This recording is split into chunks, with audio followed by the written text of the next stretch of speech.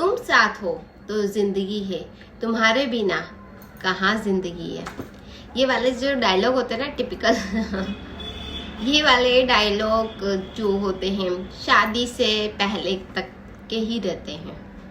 लगभग जो हमारा एंगेजमेंट वाला जो टाइम चल रहा होता है, या फिर जो लव मैरिज करने वाले होते हैं तो उनके मैरिज से पहले वाला टाइम जो चल रहा था, इस टाइप के डायलॉग तभी अच्छे लगते हैं। जैसे कि ना वो क्या है, तो ऐसे तुम चाय जैसी मोहब्बत करो और मैं बिस्किट जैसे उसमें डूब न जाऊं तो कहना। ठीक है, तो ये सब जो डायलॉग होते हैं ये हमारी बॉलीवुड मूवीज टाइप जो होते हैं, तो ये हम हमारी लाइफ में कोशिश करते हैं, बट वो होती है मूवी जिसकी हैप्पीली एंडिंग हो जाती है एंड उसके बाद सब कुछ अच्छा मतलब एंड हो गई, तो फिर उसके बाद सब लोग इमेजिन कर लेते हैं कि अब तो सब कुछ अच्छा ही होने वाला है। लेकिन रियल लाइफ में रिलेशनशिप को मेंटेन करना काफ़ी, उसको बैलेंस करना काफ़ी टफ हो जाता है। क्योंकि क्या सोचते हैं बॉलीवुड मूवीज़ की तरह कि एक राजकुमार आएगा, फिर है ना, फिर वो हमारी लाइफ में आएगा, थोड़ा सा फिर होएगा मैशअप, थोड़ा सा प्यार वगैरह, इजहार मोहब्बत ये सब, और फिर उसके बाद जब मिल जाते हैं तब कुछ सब कुछ अच्छा हो जाता है ना। पर रियल लाइफ में क्या होता है कि जब आफ्टर मैरिज उसके बाद प्रॉब्लम्स आना स्टार्ट होती है बहुत सारी। क्योंकि जब आप तक सिंगल हो तब तक छोटी मोटी चैलेंजेस आपको फेस करने होते हैं, ठीक है। लेकिन वो भी है कि ना हमें हमारे बिजनेस से रिलेटेड, हमारी पढ़ाई से रिलेटेड, स्कूल कॉलेज बस यही तक कि आपको फेस करना होता है। लेकिन शादी के बाद क्या होता है कि पूरी फैमिली को लेके बैलेंस करना होता है, रिलेशन मेंटेन करने होते हैं, और सबसे ज़्यादा टफ यही हो जाता है, तभी हमारा रिश्ता अच्छा चलता है। अब हमारे रिलेशनशिप को मेंटेन करने के लिए सिर्फ और सिर्फ मैं एक ऐसा पॉइंट बताऊंगी जिससे आपकी लाइफ बड़ी इजी हो जाएगी। और मैं आपको, क्योंकि जो शादी के बाद जो होता है वो सब जिम्मेदारी वाले काम हो जाते हैं, उसके पहले कोई जिम्मेदारी नहीं होती है आप पर। तो इसीलिए हम सोचते हैं कि हमारे शादी से पहले तो लड़का बड़ा अच्छा था, ये था वो था, मतलब ऐसी चीज़ें। लेकिन हमारे को ड्रीम्स होते हैं, लेकिन शादी के बाद एक्सपेक्टेशन वर्सेस रियलिटी है ना, वो चेंज हो जाती है। क्योंकि हमारी एक्सपेक्टेशन बहुत ज़्यादा हाई होती है, क्योंकि उस टाइम पे वो सिंगल रहता है और वो सिर्फ हमें ट्रीट कर रहा होता है। उस टाइम पे फैमिली वगैरह इतना नहीं हो पाता। लेकिन शादी के बाद क्या है, पूरी फैमिली को बैलेंस करना रहता है, उसको सिर्फ हमें स्पेशल फील कराना नहीं, सबको भी साथ में स्पेशल फील कराना पड़ता है कि ये मेरी वाइफ है तो आप सब भी मेरे कुछ लगते हो, है ना। तो इसलिए बड़ा फिर वो चीज़ें ना हमें हमारी एक्सपेक्टेशन के अकॉर्डिंग हो नहीं पाती है। फिर हम सारा जो, तो फर्स्ट जो है कि ना हमें हमारे लाइफ पार्टनर को रेस्पेक्ट देना है, ठीक है। हमारे रिलेशन की रेस्पेक्ट करना है, हमारे रिश्ते की कदर करना है।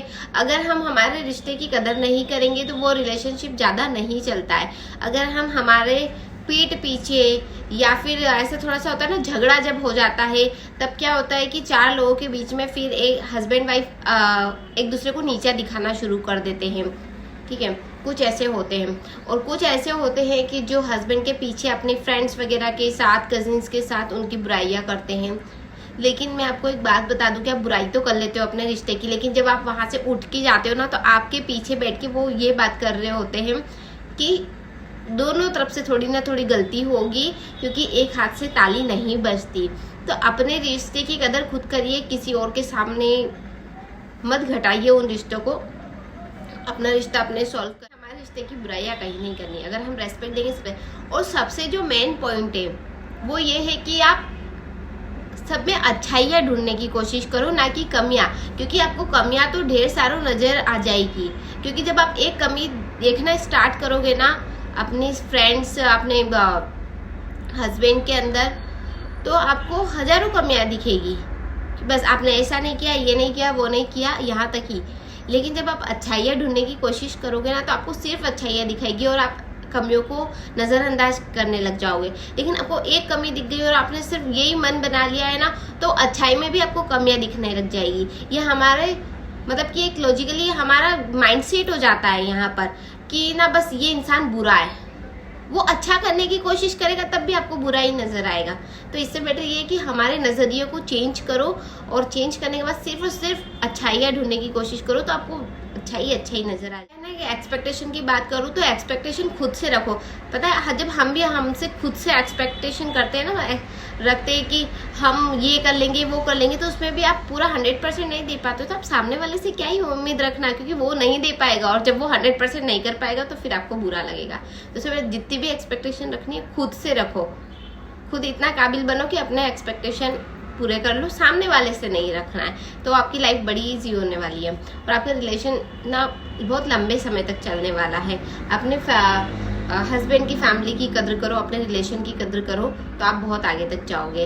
और आगे तक क्या, जब ये रिलेशन जब अच्छा चलेगा तभी आप मेंटली आप खुश रहोगे, आप प्रिपेयर रहोगे, तो जो दूसरे जो चैलेंजेस है आपकी लाइफ में, आपको जॉब करनी है, आपको बिजनेस करना है, आप जो भी, तो आप वो सब कर पाओगे। अगर आप अपने रिलेशन को ही अच्छे से नहीं कर रख पा रहे हो तो फिर ना आप बस उसी में उलझे रहोगे और अपनी लाइफ में आप कुछ कर ही नहीं पाओगे। जो मेन जो होता है, हम कहते हैं ना, एक सक्सेसफुल आदमी के पीछे एक अच्छी औरत का हाथ होता है। तो वो अच्छी औरत वो होती है कि जो अपने हस्बैंड को खुश रखती है और उसकी सारी बातें मान लेती है, ज़्यादा डिस्कशन नहीं करती है और सपोर्ट करती है, तो वही खूब, क्योंकि वो उसके बिजनेस में हो चाहे कहीं जॉब में हो, तो वहीं पर वो आगे बढ़ पाएगा जब वो मेंटली एकदम खुश रहेगा। अगर वो घर आता है और अगर उसकी लाइफ पार्टनर उसको खुश रखती है तो ऑब्वियसली वो बहुत आगे बढ़ेगा। अगर उसको, क्योंकि वो मेंटली एकदम स्ट्रांग रहेगा, उसको कोई टेंशन नहीं है घर की और किसी चीज़ से। अगर ये है कि लाइफ पार्टनर से जाके झगड़ा करना है और सब चीज़ें वही खुश नहीं है, तो मैं ना मेंटली वीक हो जाएगा, तो वो अपने काम पर फोकस नहीं कर पाएगा और आगे भी नहीं बढ़ पाएगा, क्योंकि वो सोचेगा कि मुझे किसके लिए क्या करना है, क्योंकि उसको सपोर्ट तो मिल ही नहीं रहा है। तो इसलिए चाहे हस्बैंड हो चाहे वाइफ हो, दोनों ही अगर मेंटली स्ट्रांग रहेंगे तो दोनों अपनी लाइफ में आगे बढ़ सकते हैं। और यहीं पर अगर दोनों ही मतलब दोनों मिलकर बहुत आगे तक जाएंगे, दोनों अपनी लाइफ में अपना गोल अचीव कर पाएंगे और सभी लोग खुश रहेंगे, है ना।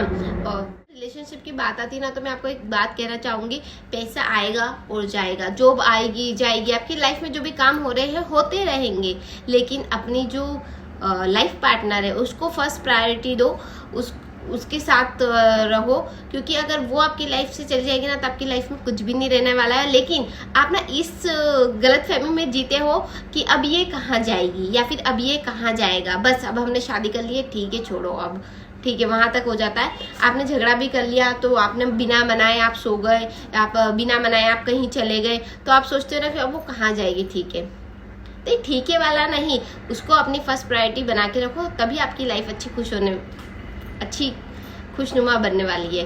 नहीं तो थोड़ा टफ ही हो जाएगा फिर रिश्ते को चलाना। ये कि आई होप आपको वीडियो अच्छा लगा तो लाइक कमेंट शेयर जरूर करना, और अपने भी आप राय मुझे दे सकते हो कि आप क्या सोचते हो इस बारे में, क्या दोनों को ऐसे बैलेंस बना के चलना चाहिए जिससे लाइफ बड़ी ईजी हो जाती है। Thank you.